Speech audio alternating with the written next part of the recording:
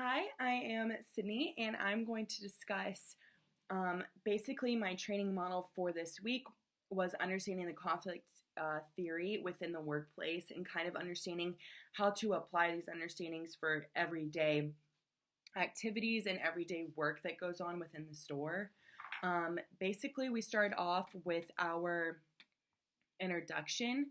We talk about, the basic understanding of the conflict theory, the conflict within the boutique, meaning with yourself, with customers, with an employee, all of that good stuff. We talk about the different personalities that go into this and kind of how to handle training and being around different personalities at all times. We talk about conflict training and how we train here at the Looted Closet for conflict. We talk about different exercises that help do this, the conflict policy, and ultimately team building and how we integrate this into creating the best team possible here at Ludic. Our introduction talks about welcoming you to the Ludic Closet. We talk about why conflict is important here at our boutique and at our store. And our training objective is at the end of the training session, trainees will be trained about the conflict theory. I went ahead and discussed the conflict theory and talked about how it was created by Karl Marx. And the theory explains how social or groups of businesses such as Looted Closet can be in a state of perpetual conflict because of various tensions such as competition or the thought of limited resources. It is frequent that businesses and small businesses, for this case, run into the kind of conflict based on the model that certain businesses is created and ran on. For example, here at Ludic, we have a manager, assistant manager, and employee, and the conflict theory can arise when someone at the workplace feels like he or she is being stepped on, or their job is being stepped on, or they may lose their job, or all that good stuff. So this training guide basically helps trainees kind of showcase how to go about this, but it also helps the trainer also have a basic understanding as well. We have a basic understanding that this guide is given to our new workers before they start, so that if they have an issue with any of the details that go into our conflict theory and our, conflict theory guide, that they are prompt to dismiss themselves from the job offer or any of that good stuff. So we like to have a basic understanding here that they know what they're getting themselves into before they start work. Before I get started in explaining the in-depth of the guide, I'm sitting in our boutique warehouse right now. This is just one of the rooms. These are all the orders that are going out and all that good stuff. So this guide kind of helps each employee kind of know and understand their job here at the store and helps them, not get in conflict, like little conflicts with each other about, well, this was my job, or Sydney told me I was supposed to do this or that, or all of that good stuff. So we first delve into conflict within the boutique. And basically this is for people to really understand how we deal with, conflict in all areas and all realms of the store. We've created a Dropbox, which is right here. I don't know if you can really see, but there it is, right there. And that is for, the employees when they come into the warehouse to kind of walk us through what's going on. Is it a personal conflict within yourself? Are you struggling with your task? Are you, struggling with a different employee? All this good stuff.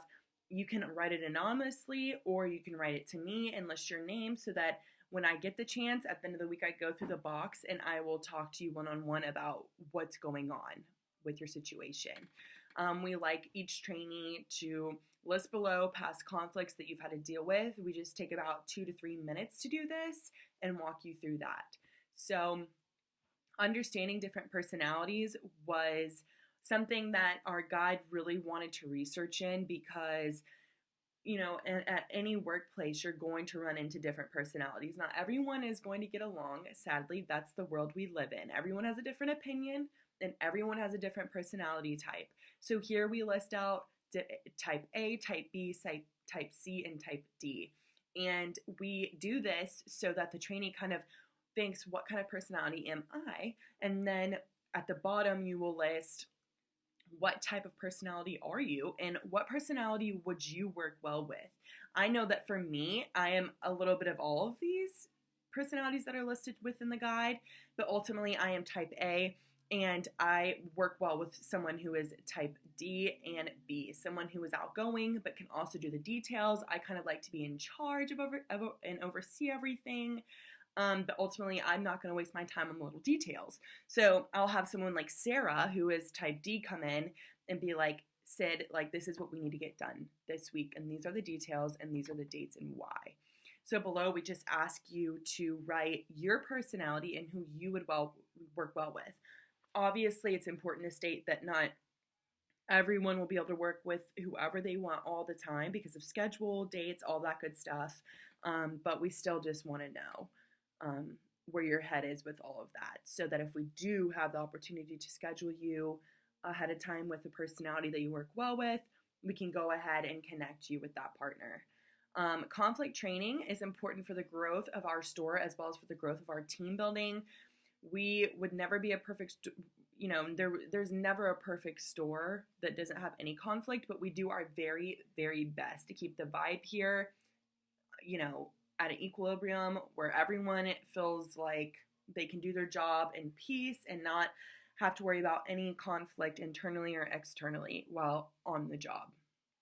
So we also kind of address customer conflict within this side of the guide, and there's a lot that goes into that. However, here we just kind of state that if you do have an ill customer that comes in, to kind of jot down Sydney's email or phone number, have them call Sydney, which is me, and I will deal with it firsthand.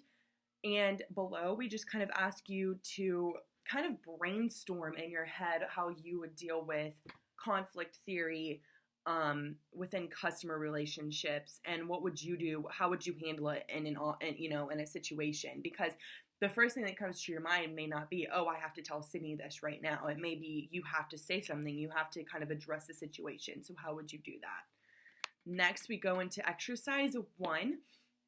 We ask that you circle the following questions with yes or no. Do you get in arguments often? Do you engage in customer conflict? Are you able to forgive easily? Do you understand your personality type? Are you able to work with different personalities? Do you work through conflict? Do you understand the conflict theory? Do you understand key concepts about conflict? And you're just supposed to answer yes or no to all of these different questions. We ask these basic questions and ensure you understand the conflict theory, and also provide us a more insight on your personality type. It's important that if you answer no more than 5 times, more than 5 times, that you may be subjected to more conflict than our store is really used to. We set a very good vibe here at the store where it's high energy and everyone gets along and we're kind of like go, go, go, go, go, and we don't have time for conflict. So if you're a type of person that is subjected to more conflict, that's something that we kind of want to know. Conflict policy is pretty simple and straight to the point. If you are involved in 2 or more cases of ongoing conflict within the store, we as a team decide if you go on with the job or if you are kindly resigned from the job. If you find yourself involved in certain conflicts and you don't know how to go about it, visit the drop box in the back of the office, which we just talked about, and this will help you navigate the issue. We ask that you kind of, if you do have a conflict with an employee, to kind of try and address that by yourself. And if you can't address it, then come to me or come to the Dropbox and we'll discuss it as a team and I'll get the team involved. Because ultimately, yes, I am the boss, but I'm not working with you guys every day. So I need the team's input of, can I work with this person, or is he or she just too much of a bother for our work that we do day to day? So exercise 2 just basically asks more questions about yourself. What are 5 things about yourself that you think would make the perfect employee? What personality type are you, and what are your characteristics that go into your personality? What is something you've learned about the conflict theory that you otherwise wouldn't have known about? What is something you hope to work on in regards to handling conflict at the boutique? And what are 2 points about conflict you can offer to future trainees? So, like I said, go through these questions. Just take a minute, jot down your ideas, jot down, what comes to your head. It should be no longer than a couple minutes. Sorry, I think I have the hiccups. Excuse me. Additional notes or ideas are at the bottom of these questionnaires to kind of, I know when I first did this training guide, I'm like, what are other ideas that can help me kind of figure these things out? Or, oh, now I know I would kind of want to work with personality D or A or C or whatever. So that part of the training guide is for that additional note to yourself. And then ultimately, we end the guide with team building and why all of this kind of falls into the category of team building and why it's so important to our team. There's a lot of different reasons why team building is important here at Ludic, but the main reason is, like I said, we are known for being really nice and really open with our customers. We build a lot of customer-based relationships where some of our customers will come in every day or once a week or once a month. We have some people come in and look at our new arrivals every day.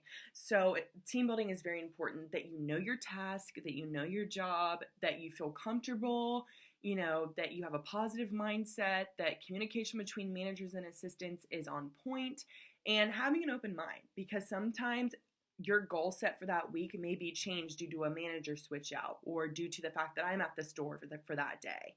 So having an open mind is also important. You may be the stylist for the day and have to change out all the mannequins, or you may be doing orders, or, so having an open mind is also super duper important to working at Ludic. We hope that this guide helps, the trainees help train, as well as new employees have an open mind about working at Ludic, their personality type, and how they work in a setting like this. So all of these, steps within this guide are very important.